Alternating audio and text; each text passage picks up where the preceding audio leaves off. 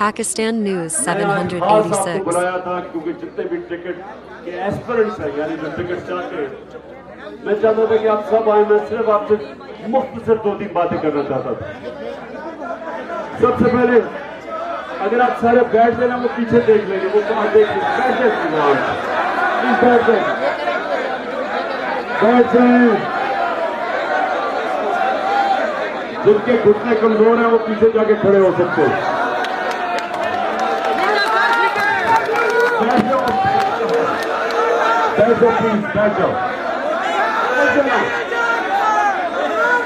बैठ जाओ। बस अच्छा जी, सुने जरा मेरी बात।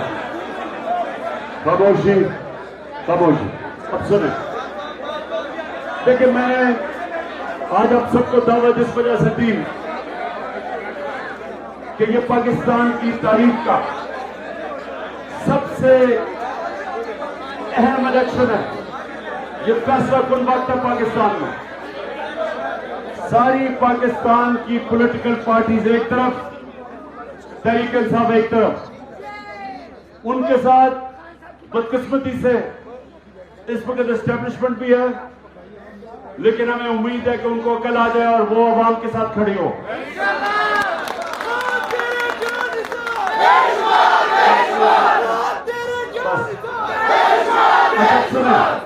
सुने, देखिए, मैं आपको सबसे पहले एक बात कहना चाहता हूं कि मैं ये चाहता हूं कि जो भी मेरी तहरीक इंसाफ के टिकट के लिए जो भी ख्वाहिश रखते हैं, मैं सिर्फ आपकी थोड़ी सी सोच बदलना चाहता हूं।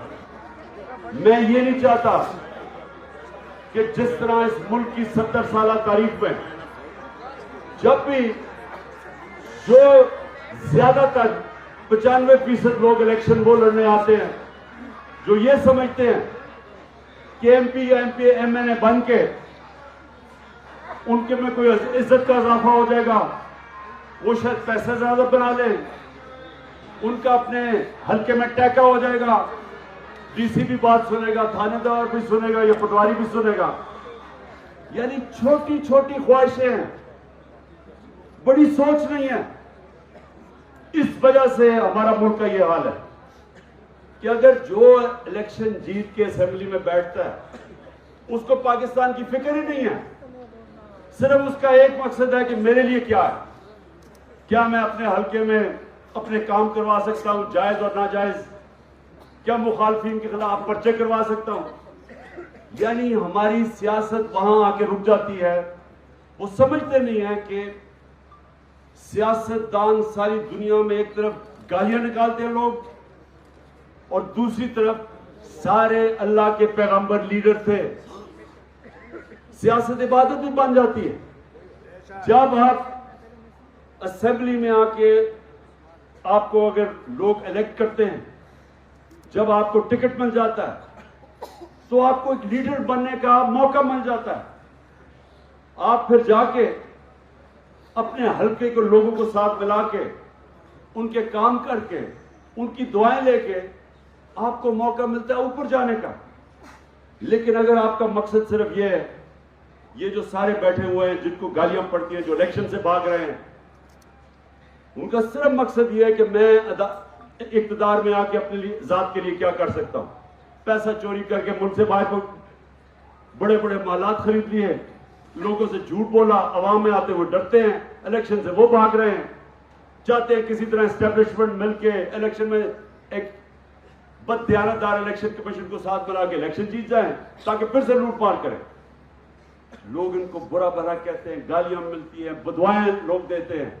इतने पैसा इकट्ठा करके लंदन में भी सारा वक्त नीचे लोग गालियां निकाल रहे होते हैं। जिल्लत अल्लाह की तरफ से आती है।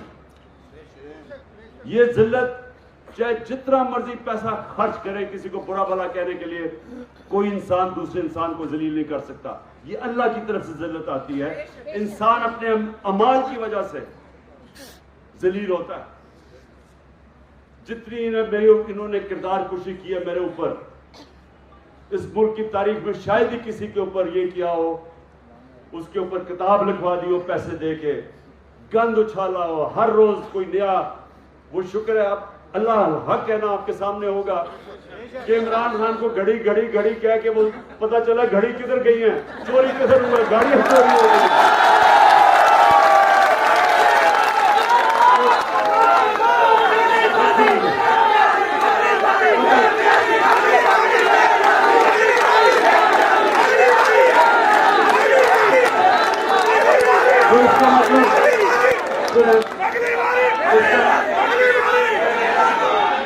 तो इसका मतलब इसका मतलब ये कि कोई भी इंसान आपको जलील नहीं कर सकता।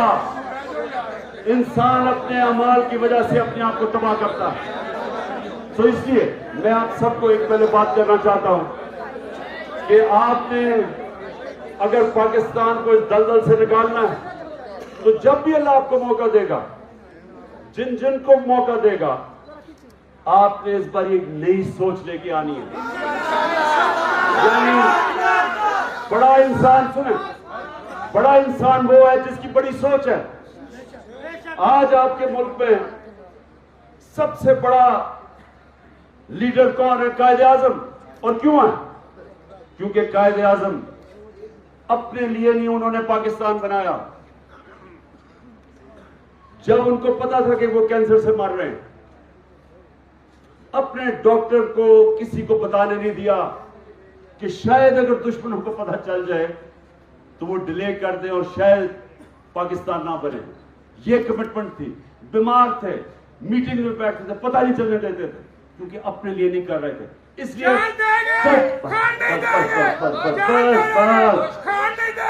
जब तक, और इंशाल्लाह हमेशा हमारा मुल्क रहेगा, लोग हमेशा कायदे आजम को दुआएं देंगे, उसका लीडर मानेंगे उसे, क्योंकि उसने अपनी जात के लिए पाकिस्तान नहीं बनाया था, पावर के लिए नहीं बनाया था। गांधी और नेहरू ने उसको हिंदुस्तान की वजारत उस्मा की ऑफर कर दी थी। ये समझे जिस तरह हमारे नबी सल्लल्लाहु अलैहि वसल्लम को उन्होंने कहा चांद, जब उन्होंने कहा ना कि हम सब कुछ देना चाहते हैं, उन्होंने कहा चांद एक हाथ में और सूरज एक हाथ में, तब भी मैं नहीं अपने मौक़िफ़ से पीछे हटूंगा। उसी तरह कायदे आज़म ने, उन्होंने कहा हम कभी पाकिस्तान के से पीछे नहीं हटेंगे, और इसीलिए आज तक हम उनसे प्यार करते हैं। नेल्सन मंडेला 27 साल जेल में रह के सब मुखालफिन को माफ कर दिया, क्योंकि वो अपनी जात के लिए नहीं था, साउथ अफ्रीका में आजादी के लिए खड़ा था। जब तक साउथ अफ्रीका रहेगा, मंडेला को लोग प्यार करेंगे। और इमरान खान को भी। इसलिए मैं आप सबको, देखें, आप सब जब टिकट मांगते हैं, आप लीडर बनना चाहते हैं, असल में ये आप कह रहे हैं कि हम अपने हल्के का लीडर बनना चाहते हैं, तो लीडर की सोच रखे पहले। सोच उस दुनिया के लीडर की समझे जिससे ना कभी आया ना कभी आ सकता है। जब उन्होंने आखिरी खुतबा दिया तो ये जरा सुने, आखिर में उन्होंने जब खुतबा खत्म किया तो उन्होंने, लाख लोग खड़े थे, उन्होंने पूछा कि अल्लाह के सामने गवाही दो कि मैंने पूरी ईमानदारी से अपना पैगाम तुम्हें पहुंचाया। तो जैसे जैसे आवाज पीछे, क्योंकि पहला रो, फिर 10 रो, फिर आगे पीछे, आहिस्ता, तब तो लाउड स्पीकर नहीं थे, आहिस्ता आहिस्ता जब आवाज पीछे गई तो एक पूरा शोर उठना शुरू हुआ। सारे लोगों ने कहा, हाँ नबी सल्लल्लाहु अलैहि वसल्लम, दयानतदारी से आपने अल्लाह का पैगाम दिया, हम गवाही देते हैं। और उसके बाद सारा मजबा रोना शुरू हो गया। क्यों? क्योंकि सबको पता था कि वो अपनी ताकत की तो अरूज पे थे, लेकिन उनका जो आखिरी खुतबा था, उन्होंने कहा मैंने अपना दीन मुकम्मल कर दिया। और सारों को ये एकदम आया कि ये तो सिर्फ एक अल्लाह का पैगाम देने आए थे, जात के लिए नहीं आए थे। रोना शुरू कर दिया कि शायद आप दुनिया से चले जाएंगे। इसलिए मुसलमान उनके लिए मरने के लिए तैयार है। ये प्यार है उनका।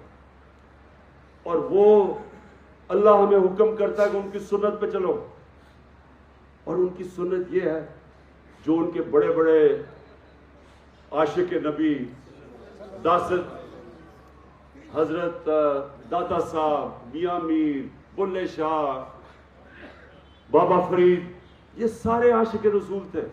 आज इनके उर्स के ऊपर लाखों लोग क्यों जाते हैं? क्योंकि वो भी इंसानियत के लिए आए थे, तो जात के लिए नहीं आए थे।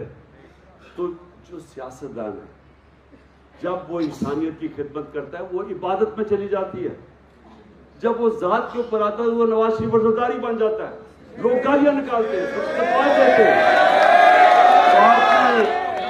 तो आपने अच्छा, मैं आपको ये वादा, क्योंकि मैं अल्लाह से ज्यादा मुझे खौफ है, मैंने इस बार सारे टिकट आपको मैंने देने हैं।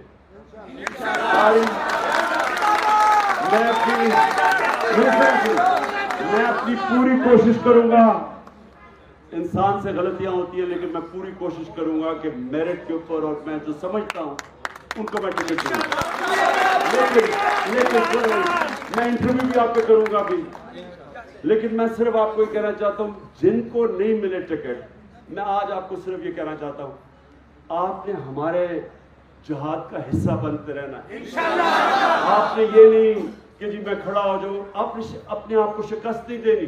क्योंकि अब मैं आपको बता दूं, कोई जमात अब तहरीक इंसाफ को इंशाल्लाह नहीं हरा सकती। सिर्फ मुझे डर तहरीक इंसाफ का, तहरीक इंसाफ से वो शायद